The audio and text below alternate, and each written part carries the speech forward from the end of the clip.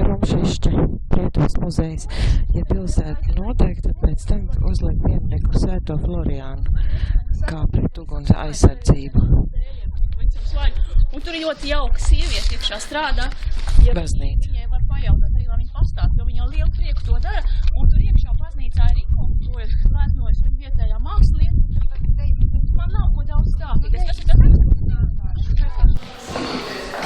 Baznīcā reāli darbojas draudze. Esam miestelī.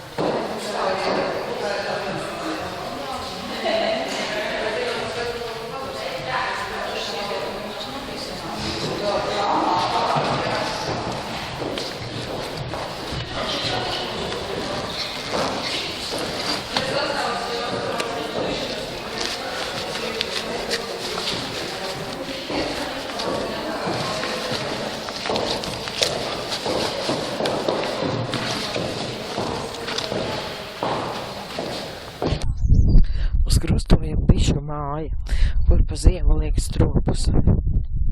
Visu velkīs uz priekšu.